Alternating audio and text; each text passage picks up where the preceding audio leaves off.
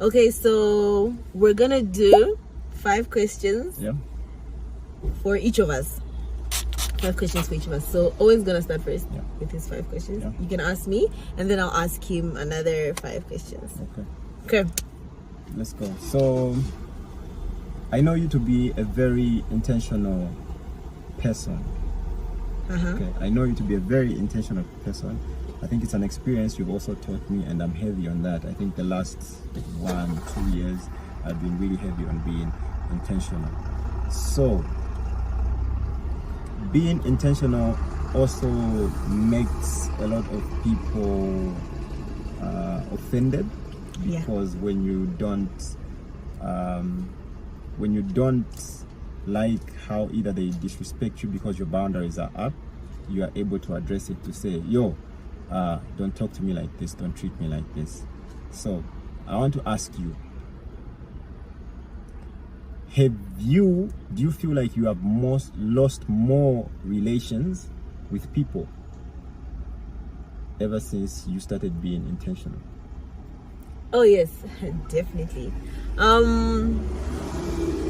It's not easy for people to get used to the newest version of you, and so when they see you growing into yourself and being intentional about who you are and what you want to be, some feel threatened, others just feel disadvantaged because they don't have access to manipulate you as well as they used to before. Okay, nice.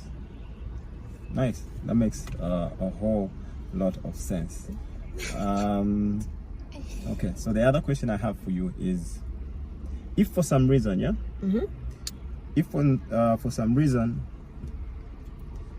let's say an ex, I don't know your exes, if for some reason your ex came back and they had learned whatever experiences they had learned, if they are the ones that were at fault and they came back, are you the type of person to take back an ex? No, I don't eat my own vomit. Ooh.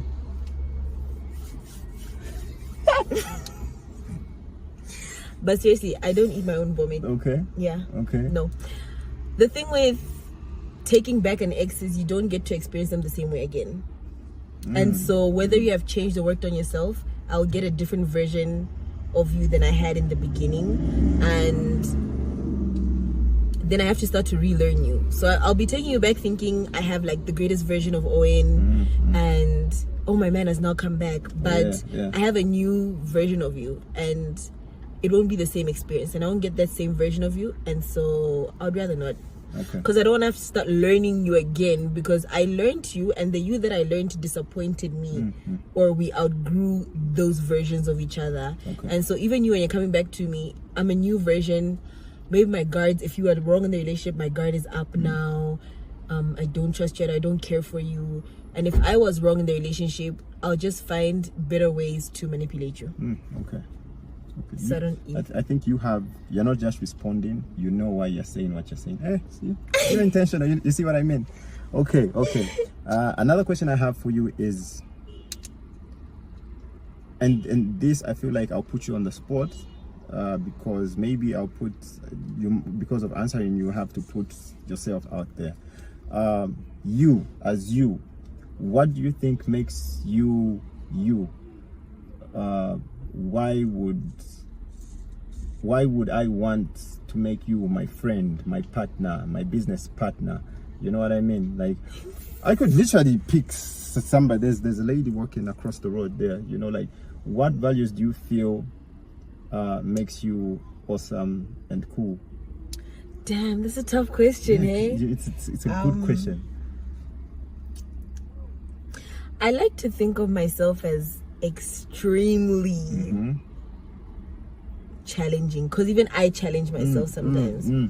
And so if you're gonna pick me in any aspect whatsoever, I will challenge you more than I challenge myself, which is beneficial to you, because for as long as I'm not challenging myself, you don't really have to find the need to live up to my expectations of you.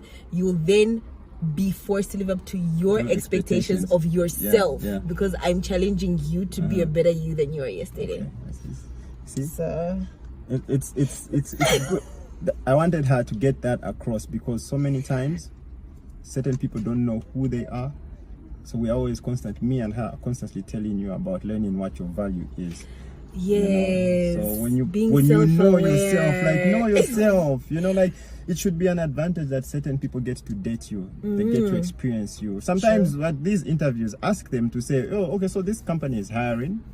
What benefits do I have of coming on board? Am I going to grow? It's unless you don't know your value, my guy, then you just be okay with, but you have to ask to say, oh, am I going to grow? Yeah. So the other question I have for you is,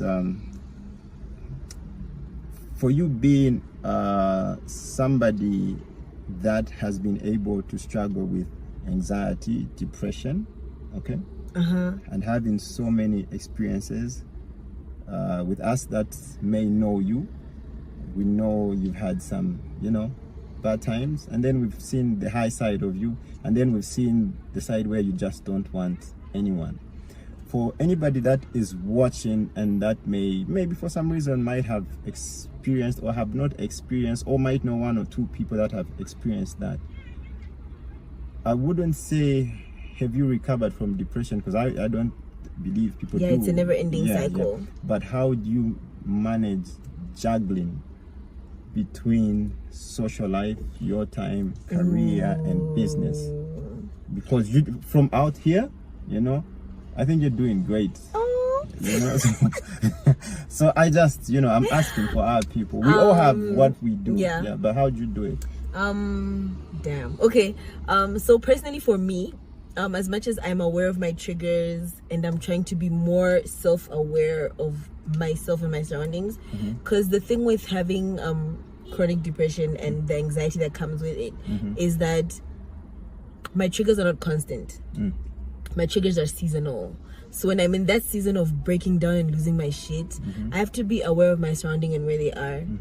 Because the thing about me is I could be depressed and I could still show up for you intentionally and, like consistently. But for me, I do take time out for myself. If I'm feeling overwhelmed, I cut the brakes. I sit by myself. Those who know me, I read. Sometimes I come and I talk crap on WhatsApp. Sometimes I just shut down. Sometimes I just shut down generally. But most of the time when I'm aware of my triggers and I can sense that in this environment that I'm in right now, I'm about to be triggered, I remove myself. I don't do it to be stubborn or selfish or because I think I know better. I do it because my depression is no greater than what you're feeling, what you're going through at that particular point in time. My mental health and the things that I'm fighting do not go above and beyond what you're going through and the challenges that you're facing. And so the least that I could do, if I can't be there for you in my state of dysfunction, I remove myself so that I pour as much of me into myself to come and be there for you, regardless of whether my cup is leaking or not. But I just need to pour enough to be able to pour into you while my cup is leaking as well. And so sometimes it's very hard to juggle, but I'm a person who appreciates relationships, friendships, and all these things. And so sometimes I find healing in healing other people. So you're going through something and you're calling me, hey, this is what's happening, and I'm going through the pits. I would rather provide you the sense of healing that you need at the current time. Whether you need an ear to listen to, whether you need advice, whether you need saving, whether you need some free and professional counseling, I'm there for you. And bits and pieces of those things that I will give you will provide a sort of healing to me that will give me a sense of accomplishment in knowing that as much as I'm drowning and I'm 6 feet under, there's someone who saw me and sought me worthy enough to seek help from me, even as I couldn't see or find any self-worth in myself. Okay, nice. Nice. The last question I have for you is I saw a caption that was so heavy on your status a while ago, probably a month ago, and I don't know, it's those random things you just post. And so the caption said,